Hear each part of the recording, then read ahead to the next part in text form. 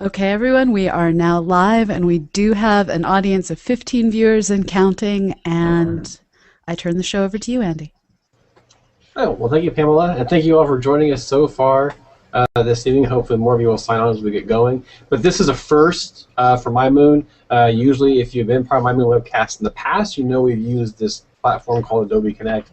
Maybe you didn't know that, but it's a totally different platform than Google Hangout. This is our first time in Google Hangout. We're excited. We're going to start using this from now on with the help of CosmoQuest. So a big, huge thank you to CosmoQuest and Pamela Gay for helping us out with this. We were so happy to be partnering with CosmoQuest, and anytime you can work with Pamela Gay is a fantastic day. With us this evening is Mike Vergalla. Is that right? Yep, that's right. Yes. Okay. He is with Moon Express Incorporated, which is a privately funded lunar transportation and data services company created to establish new avenues for commercial space activities beyond Earth orbit. If that sounds like a website, it's because that's where I got it from. MoonX was founded in 2010, and in that same year joined the Google Lunar X Prize headquartered at the NASA Ames Research Park in Mountain View, California. And in 2011, MoonX was selected by Forbes as one of the names you should know, which is pretty cool.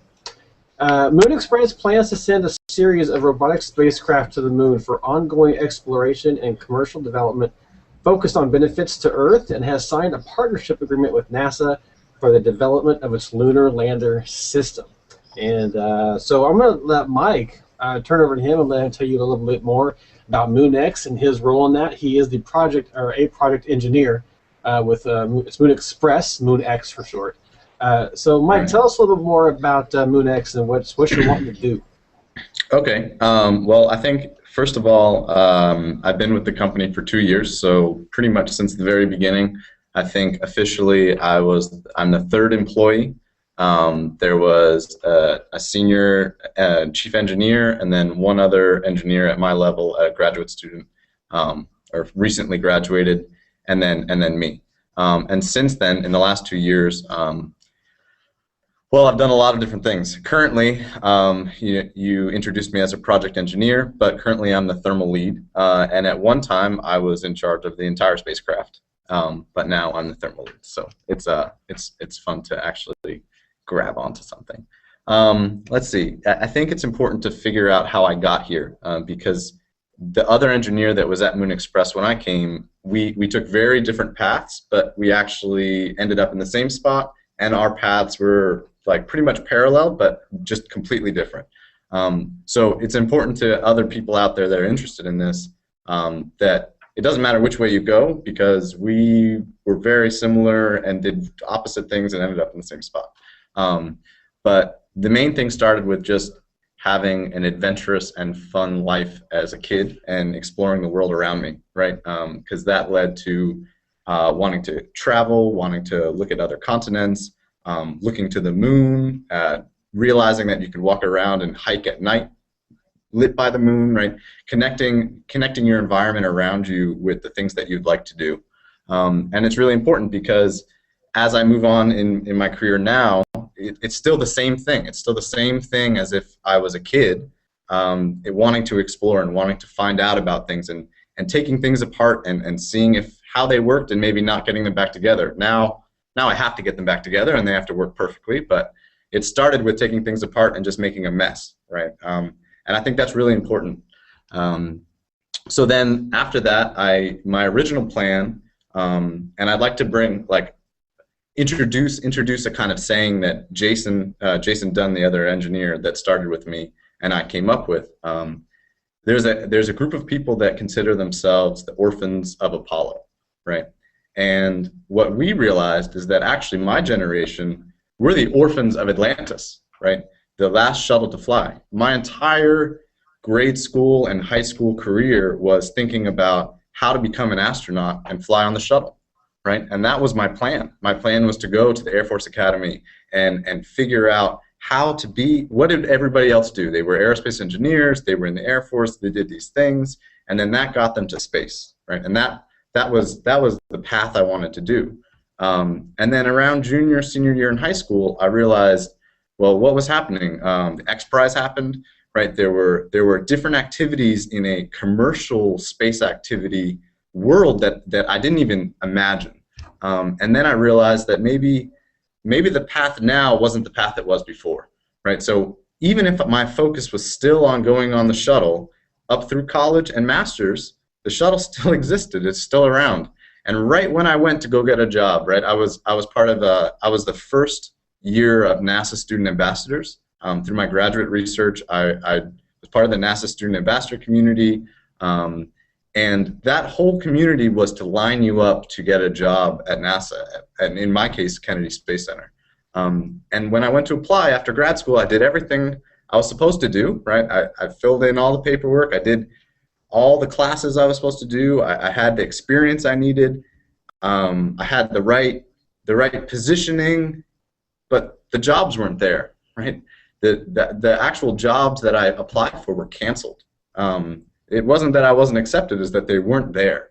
And so I had to very quickly contact the commercial entities that I had met in the last couple of years of going to conferences and realizing, wow, there's international community. Not only that, there's a big commercial market in small and large class satellites, Earth observation. And I learned about all of this stuff and realized, you know what, let me reach out to them and find out what's happening in that world.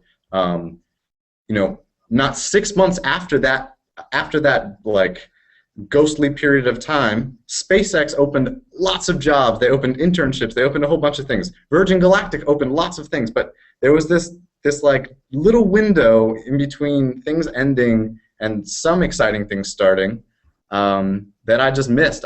If I was 6 months later, I could have maybe done that, but I couldn't be in a better place, actually.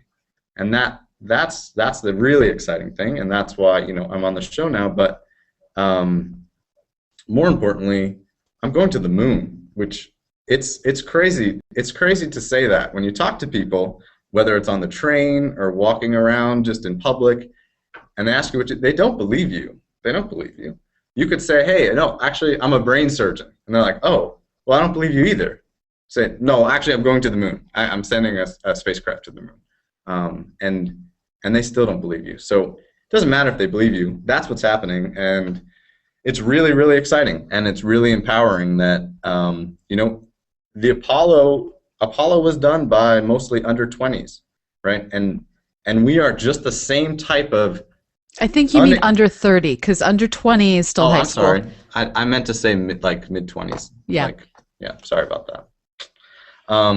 Anyway, so the under 30s, we aren't accepting things that say they can't be done, right? And more importantly, one thing that's happening at Moon Express is that we're trying to demonstrate that the exponential technologies and the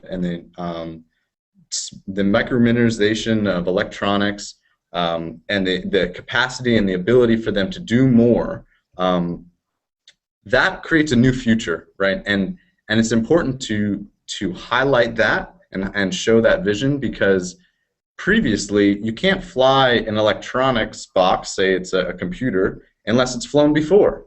So how do you fly something unless it's flown before, right?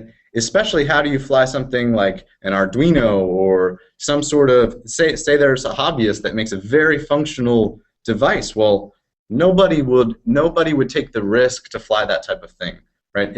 Even if it's a Raspberry Pi or any of these new types of things, everyone would love to make labs with them. There's personally, I know some people that are making Arduino CubeSats. They're sending Arduino labs to the ISS, right? That all is going to begin to get heritage, but the technology and the components that we have available are advancing much faster than the availability to use them in space, right? And that's where Moon Express is trying to come in and say, look, if you were to use all the old things, it has to cost a lot.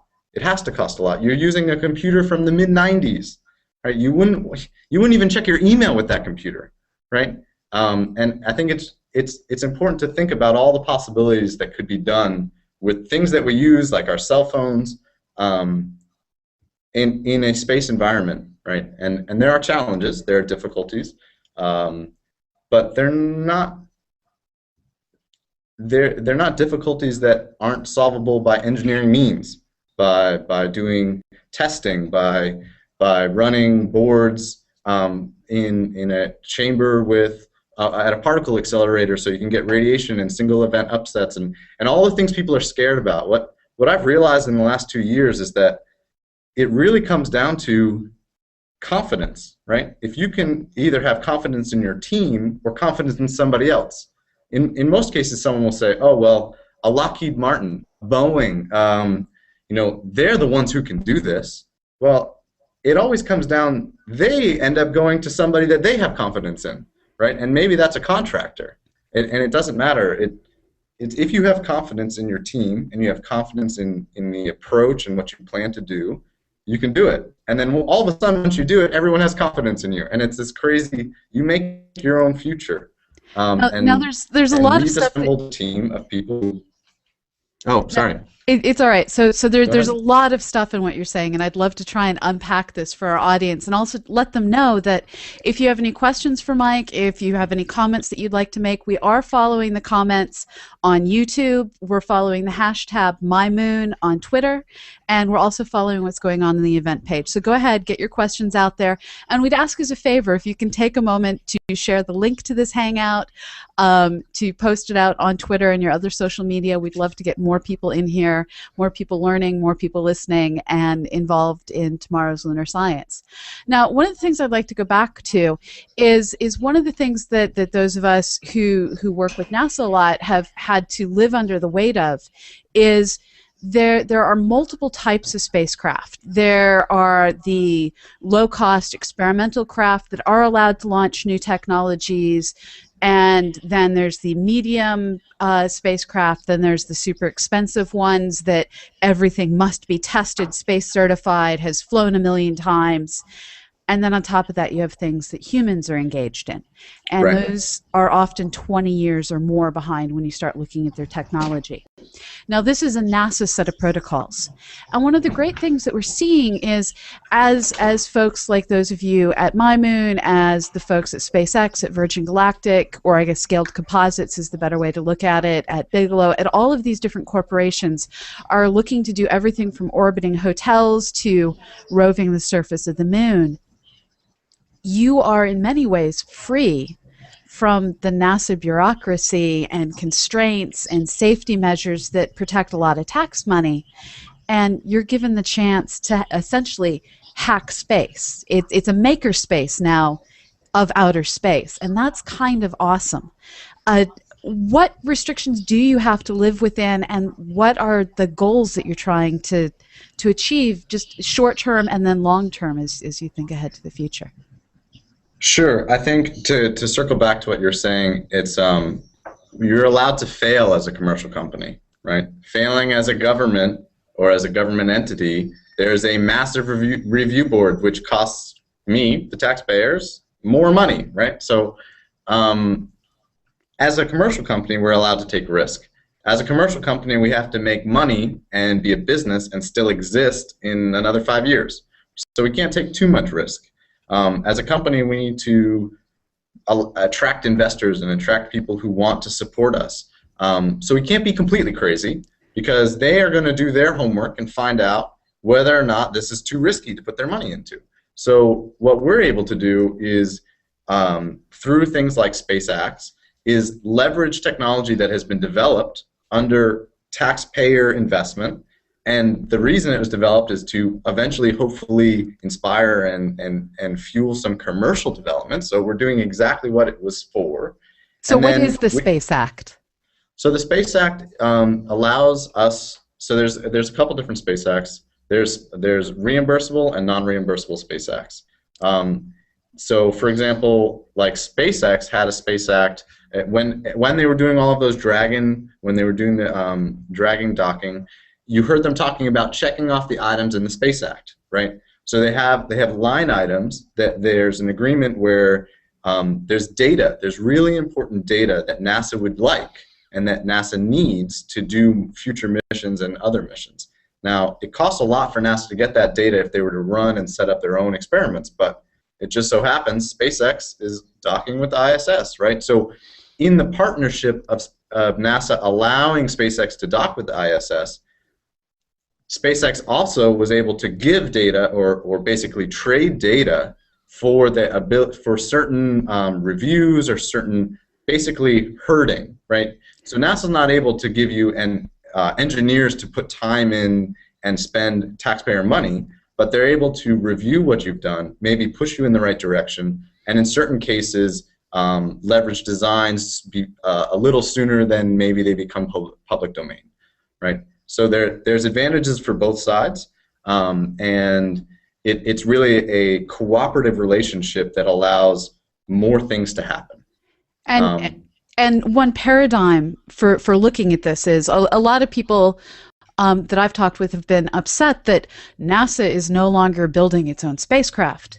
But sure the military, well, they are, yes. But at the same time, the things that you're doing and that so many other companies are doing as you build, well, the landers that go to the moon in your case, the way to think of this is Lockheed and Boeing build the military aircraft used throughout the United States Armed Forces. And just like the Air Force doesn't engineer from scratch its own airplanes, well, you are engineering NASA's next generation of lunar landers, and we'd love to hear more about those. Right. So one last SpaceX example, because they're kind of have done some of the things that we're doing before we've done it. So if you'd like to see kind of what's maybe happening, some things are similar, some things not at all. But Lockheed wanted to buy SpaceX's batteries because SpaceX decided to make their own batteries, right?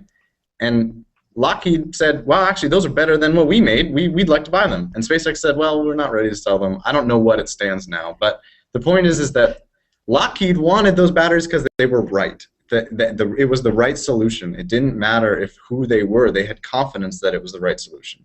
So back to our landers, I think it's important to kind of tell the broad vision from how I see it and and the way the company sees it. But I like to say it in a certain analogy because of me. It's very similar to establishing a port.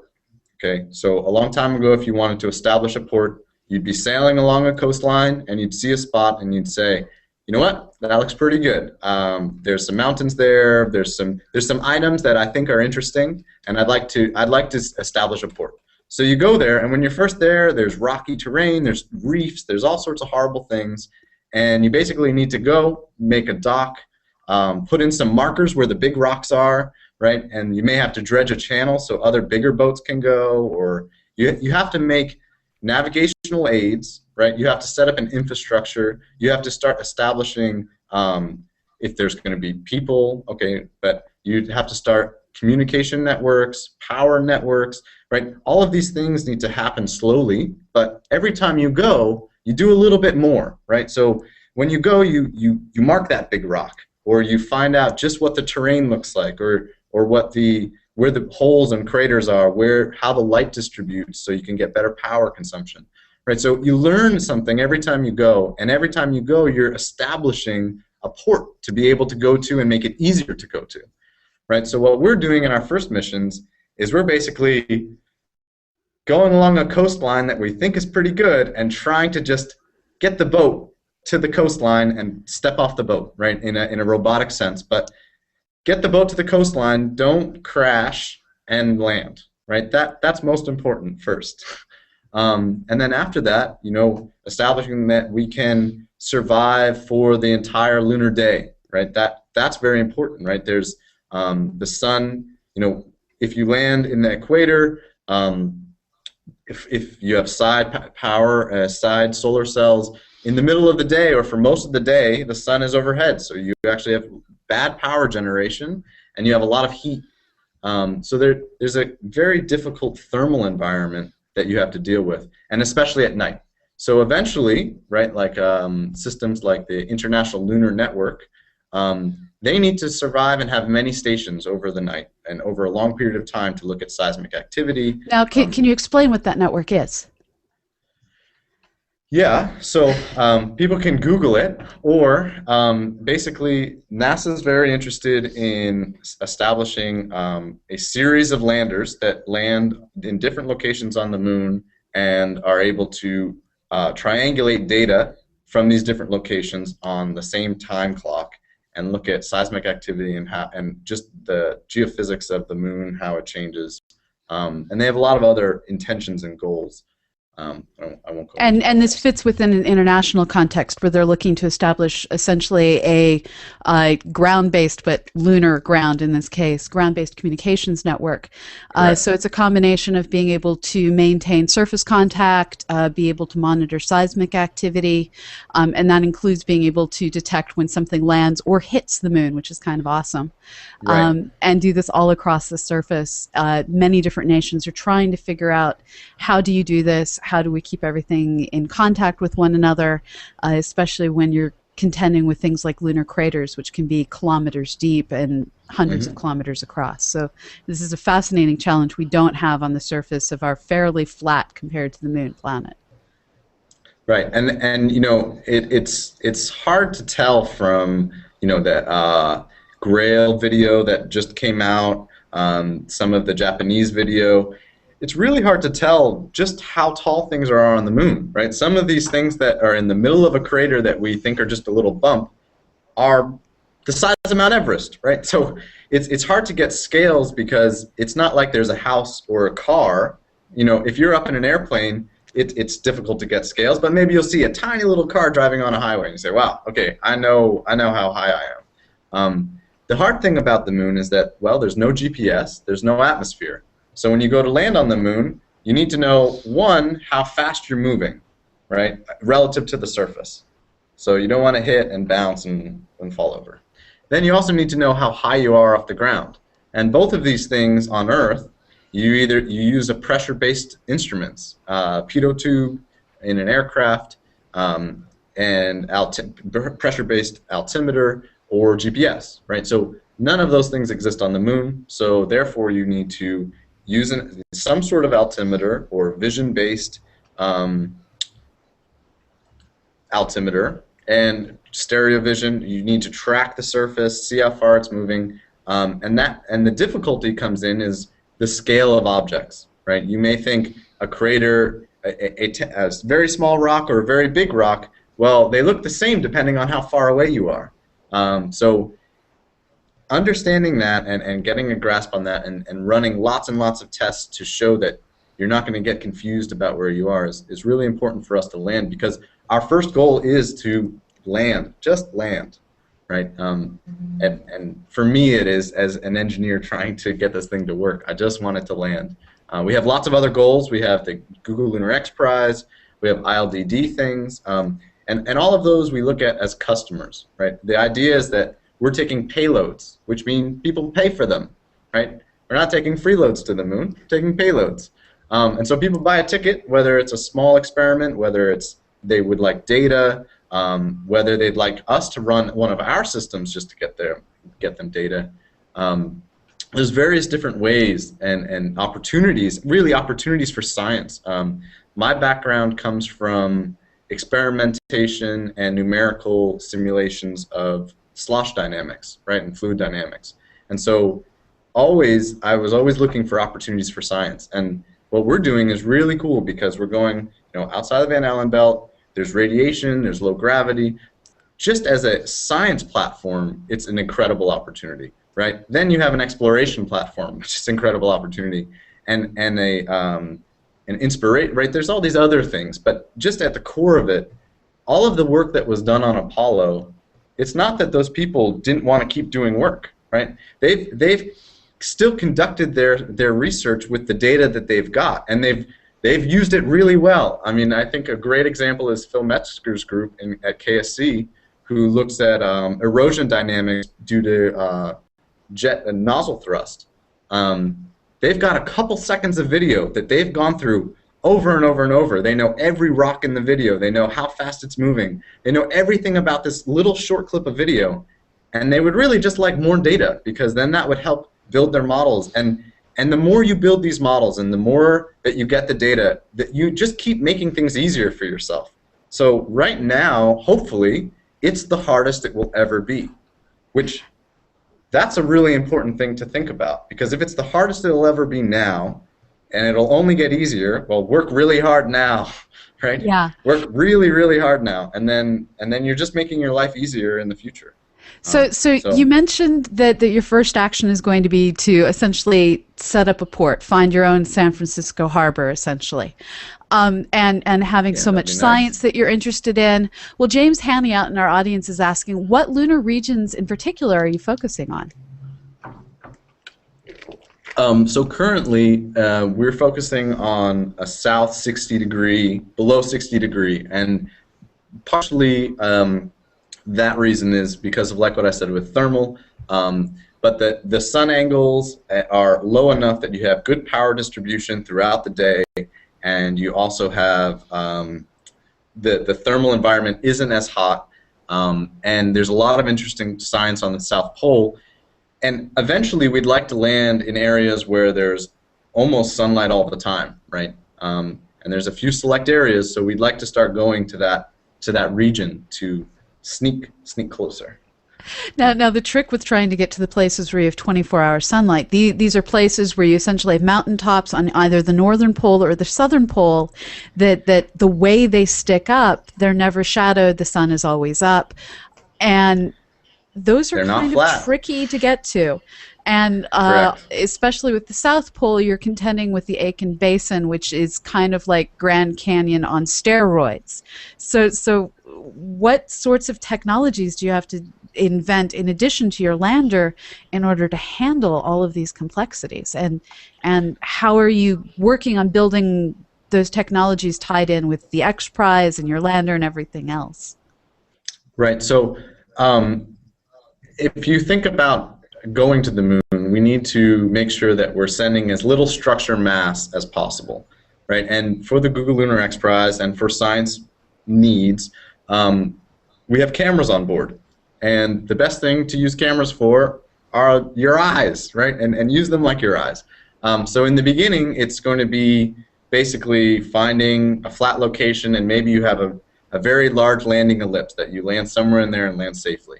But as we get better and as we introduce hazard avoidance, then we'll be able to avoid obstacles, right? We'll be able to detect them, identify them, load maps and be able to correlate between the maps and what we're seeing in real time, do real-time image processing, and evaluate as we're coming in. Maybe we have hyperspectral sensor, and we say, oh, there's a really nice deposit of minerals over there that we're interested in. Let's go and land over there, right? So we're going to use our eyes, and we're developing technology to use visual navigation.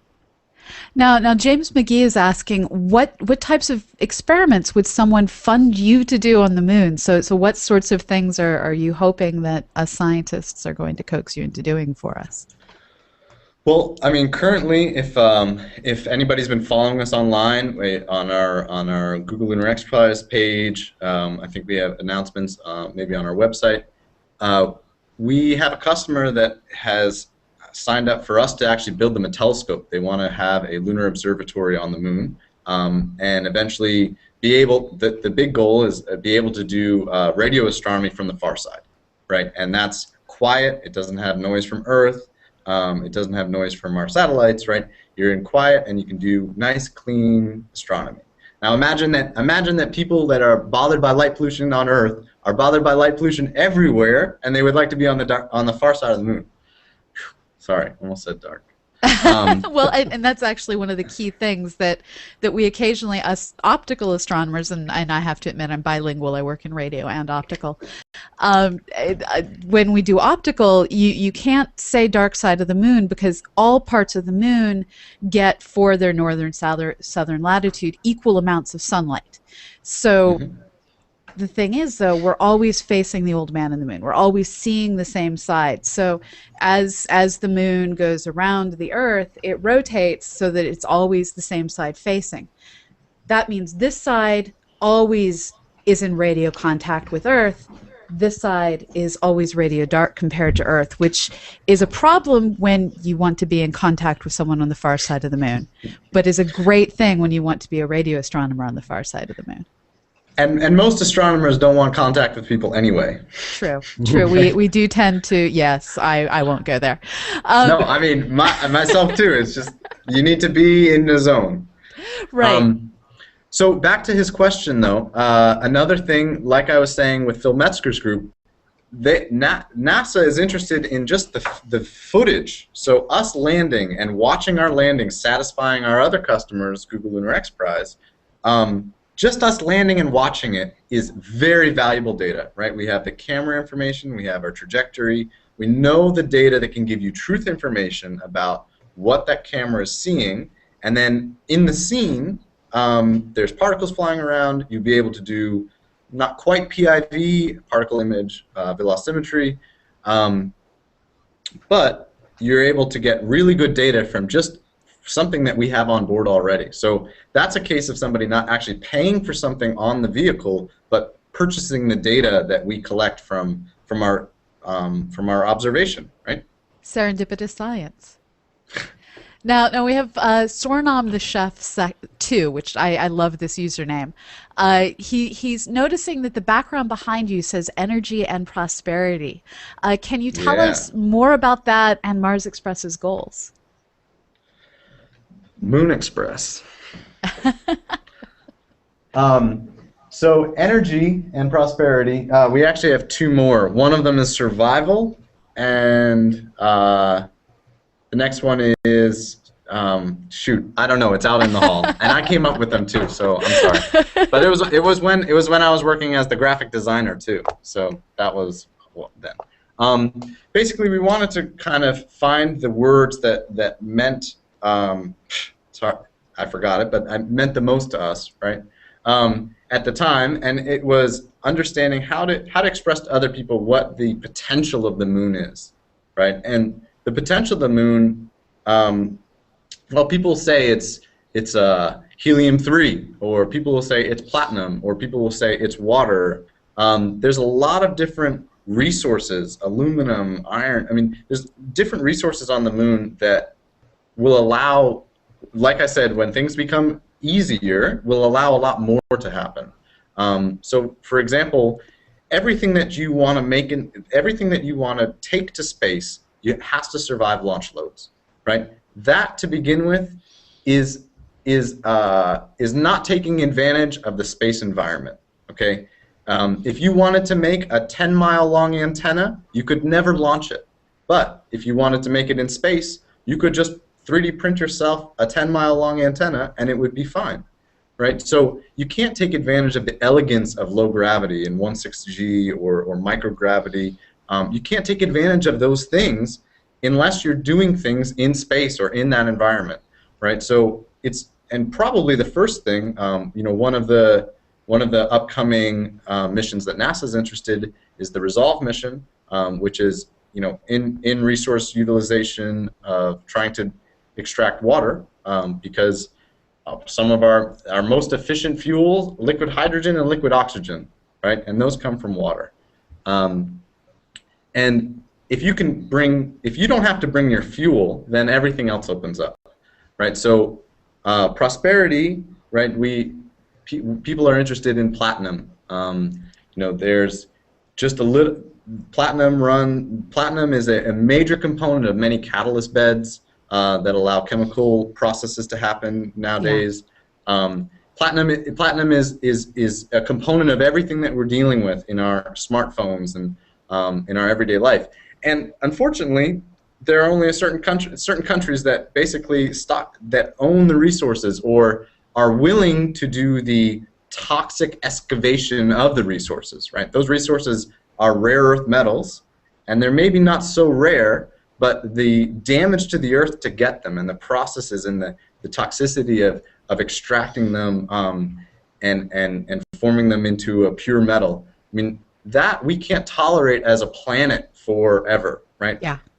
We have limited resources. We can't destroy our Earth trying to get all of those last little bits of resources, and we need to learn how to get resources elsewhere.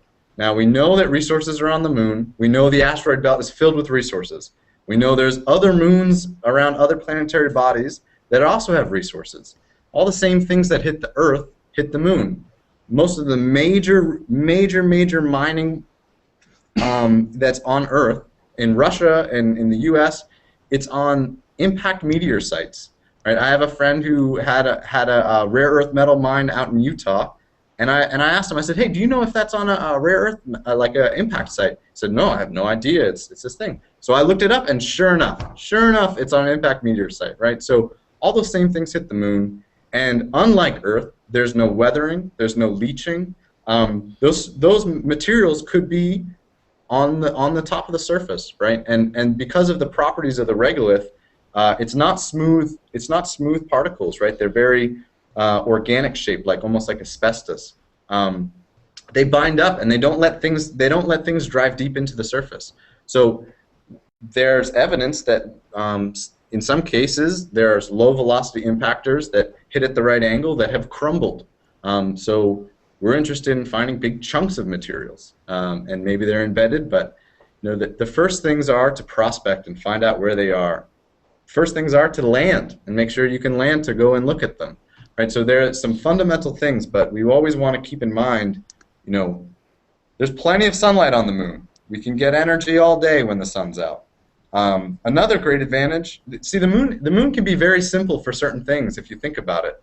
Major industrial processes, fusion research needs major vacuum. Well, if you're in space, you've already got a vacuum. If you've got helium-3, you have your source. If you were to just do fusion research on the moon, you could completely accelerate the speed that happened. Because one of the hardest things is making this massive vacuum. Well, you check that off, you're on the moon. And then the other thing is the fuel source. There's only 30 kilograms of usable helium-3 on Earth right now. So it's impractically expensive to try to do that type of research. Well, so and we're just flat out running out of helium on Earth. That's something most people don't realize is right. Helium. We're dumping it from World War II. Right, and people who sell helium balloons at florists are actually noticing a great increase in the price, and so we need a way to get some of these things back. And it sounds strange, but the moon is someplace that we can start doing research that involves both helium-3 and just regular old helium, where we need it as a coolant, that we're starting to not be able to do as readily on the surface. I mean, it's a major inert gas used in so much chemical processes that if that cost were to go up, the cost of many other things trickled downstream would go up, and you wouldn't even know why. You wouldn't understand why, and it's because everybody's releasing balloons all over the place. And this is starting to happen. That's the creepy part. Right, and so then the other cool part about the moon, well, cool and hot, is that you have major temperature gradients, right? So why is it so convenient that Scandinavian countries have geothermal power, right? Well, they have a cold sink and a hot sink. And so if you're on the moon, you have a cold sink and a hot sink. In your shadow, the moon regolith doesn't conduct heat very well. So you can have a shadow and a hot side pretty close proximity. And then all of a sudden you can have closed cycle Stirling engines, right? You can have seemingly old technology, but really you have a hot bed and a cold bed, and from the difference of that, you use thermodynamics and you can get energy, right? So it's incredible the things that open up once you're there. And basically, we need to just go there again, and that's what we're trying to do. Right? So we have James Haney is saying landers to start, but you're looking for rover-type mechanisms in the future. So can you outline the different mechanisms that you're currently in the process of building and how they all fit together? I know the Google Lunar X Prize is perhaps my favorite of the X Prizes because of the complexity of what it is and the diversity of ways it can be achieved.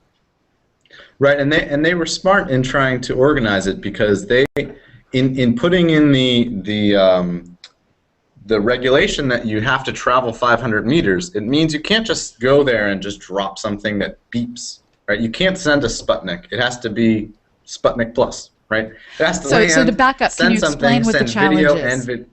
Oh, yeah, okay. So to those of you that don't know, the challenge is to land on the moon, travel 500 meters, and take pre- and post-video and imaging, take a panoramic, and send it back.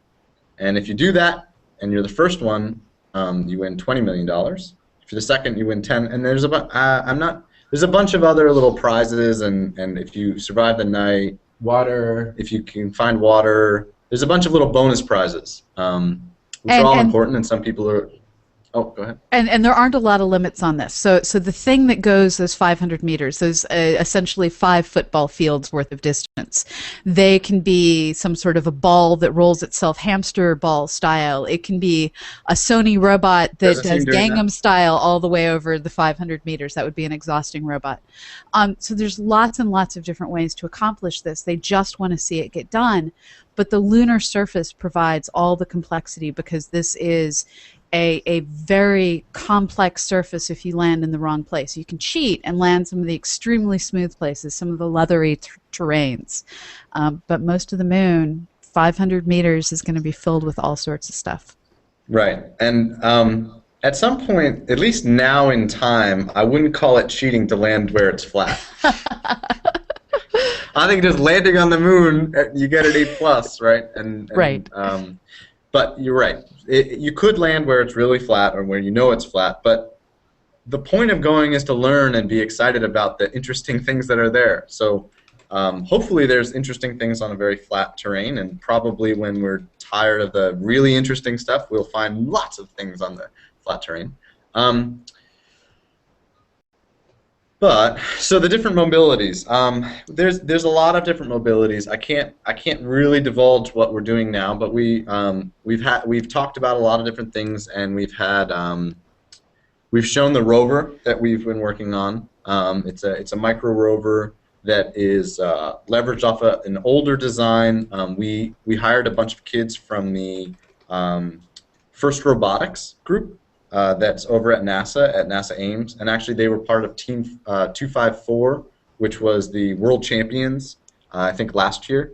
And so we hired them because they were working on a miniature lunar rover, and so when we hired them, we made the next version, which was a more versatile type. But it's a really compact little rover that you basically throw off and tell it to go do its mission and take its video and come back.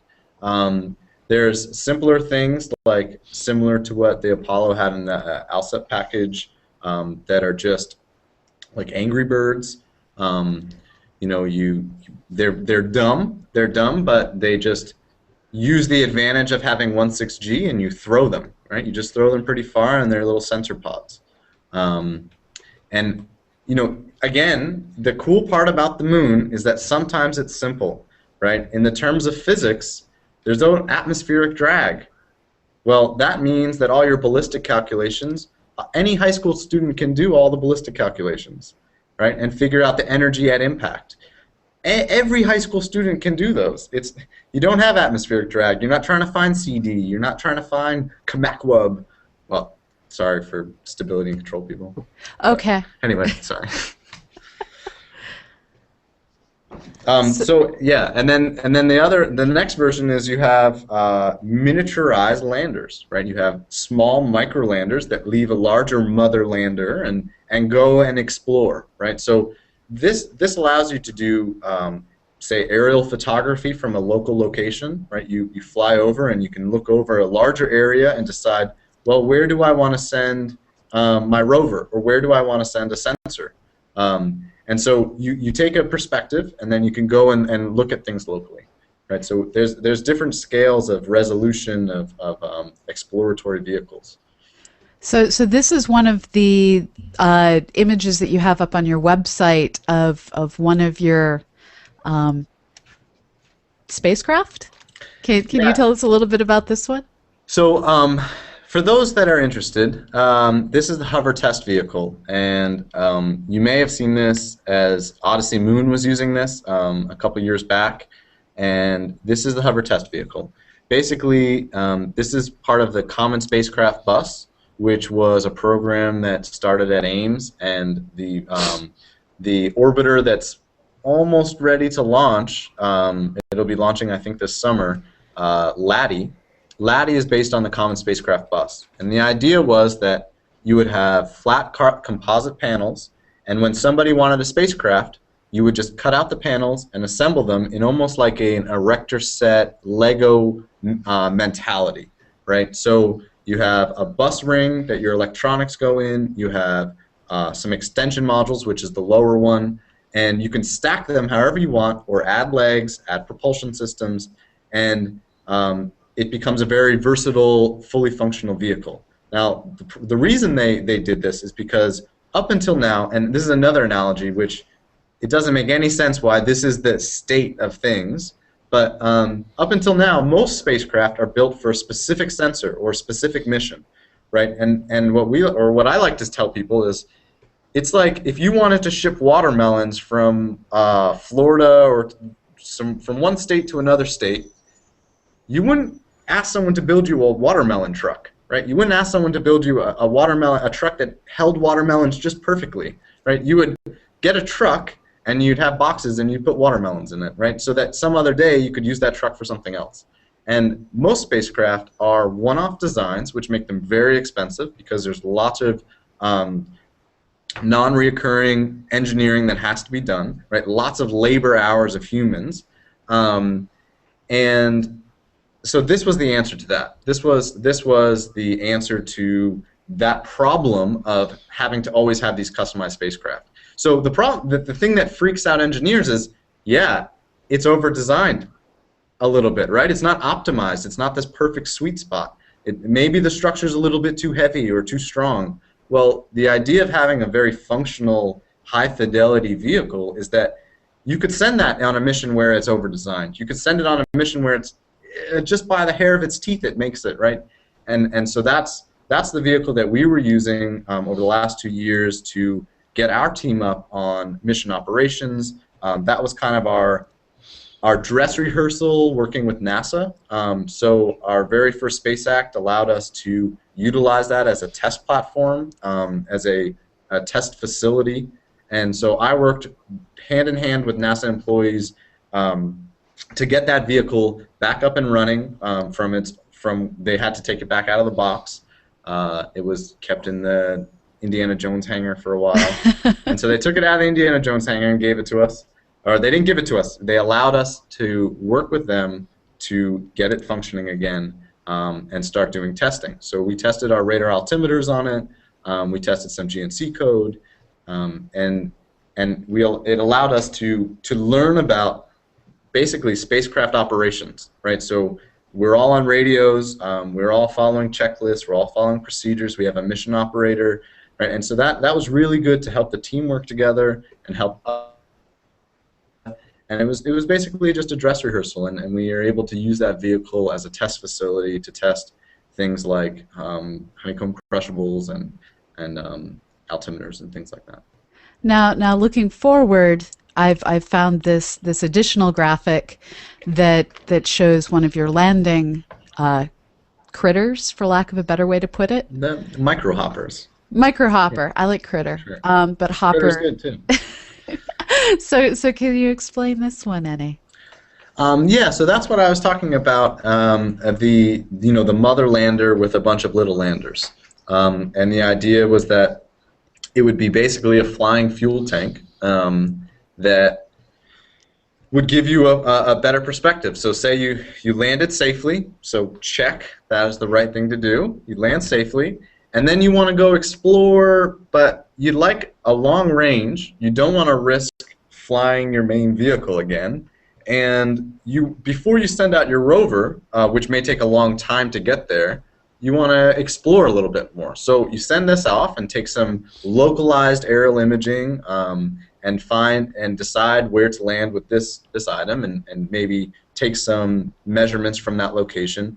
But then you can advise your other systems of where to go, right? You can say, okay, I've only got 2 rovers, and it might take me 5 Earth days to get there. Well, now I know where I'm going, right? I'm going to the right location where I'd like to go, and I looked at that location first. So it's just like on Earth, we have ground support, air support, and space assets, right? And so it's similar. There's no Navy on the moon, but I mean it's similar because each thing has its own ability to provide data and provide perspective on where to go and what to plan. I can't hear you anymore. Is your audio off? Hello? No, I lost her too, Mike. Okay. Sorry, I muted myself and then forgot to unmute. So we've covered a whole lot of ground, and it's kind of amazing. We've already blown through 50 minutes on this Oh, Hangout. really? Yeah. Thanks for hanging out. It's been really kind of great. So this has been a co-hosted production, and I'm going to ask you for final remarks in a minute. So I'll let you think of those while I go through some final announcements. Okay. So this has been a joint production of MyMoon with Andy Shaner from Lunar and Planetary Institute, who's learning the ropes over here on Google+, of CosmoQuest, and we have been really pleased to have with us Mike from Moon Express, who is just kind of awe-inspiring with the youth that he brings to all of this lunar exploration of the future.